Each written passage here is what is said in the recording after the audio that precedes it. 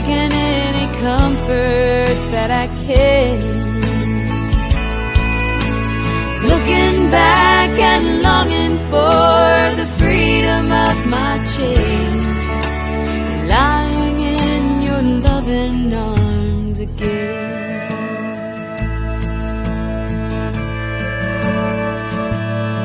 If you could hear me now,